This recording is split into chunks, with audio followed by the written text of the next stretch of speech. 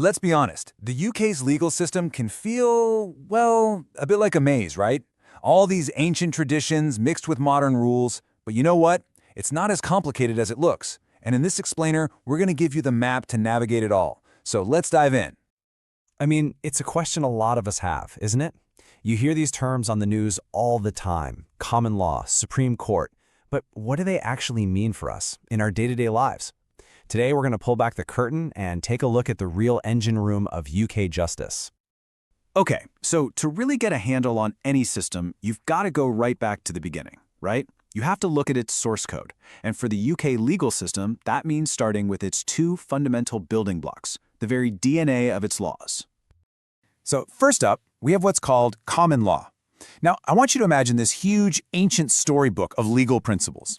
The thing is, it wasn't written by a government. It was built up slowly over hundreds of years, case by case, decision by decision, by judges in court. Every time a judge makes a ruling in a new type of situation, they're basically adding a new page to that story. And then, on the other hand, you've got statute law.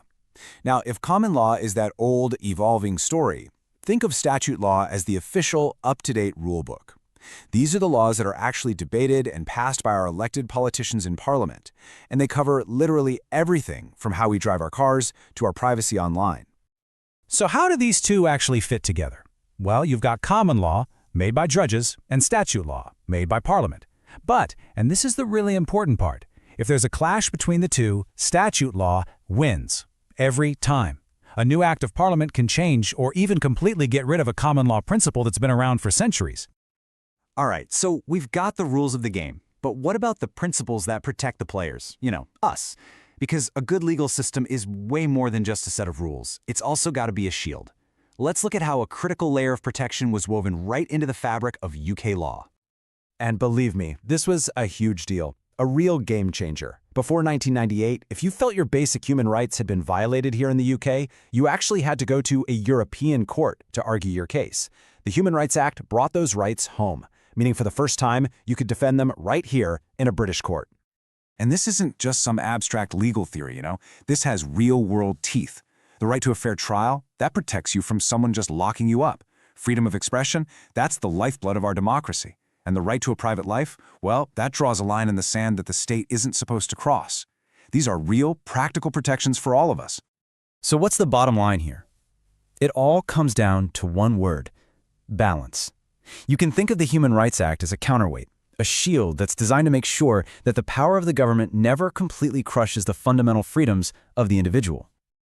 Okay, so we've seen where our laws and our rights come from. But where does the action happen? Where do they actually get put to the test? Well, let's step inside the arena where it all goes down every single day: the court system. The easiest way to think about the court system is like a ladder. And get this, the vast majority of cases, we're talking over 95%, start and finish right there on that first step in the magistrate's courts. But the ladder's there for a reason. If someone involved in a case thinks a legal mistake was made, they can ask to appeal, to try and climb one step higher, to get a more senior court to take another look.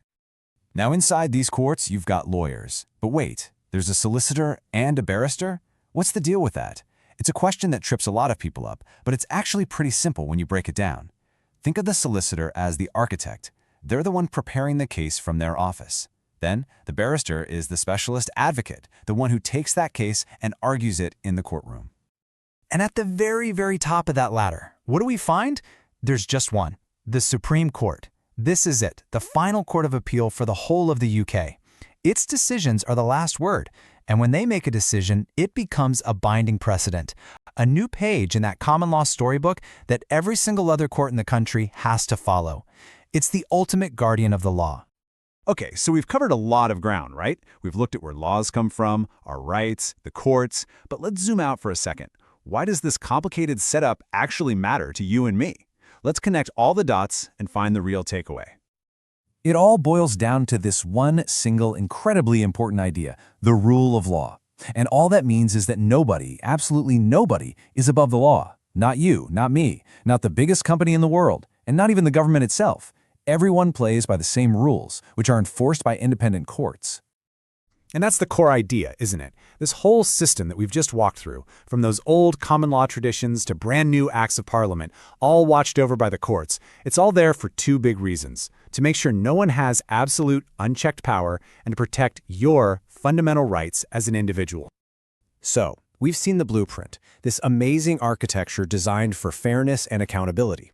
But here's the thought I want to leave you with. Just because the system is designed for justice, does that mean it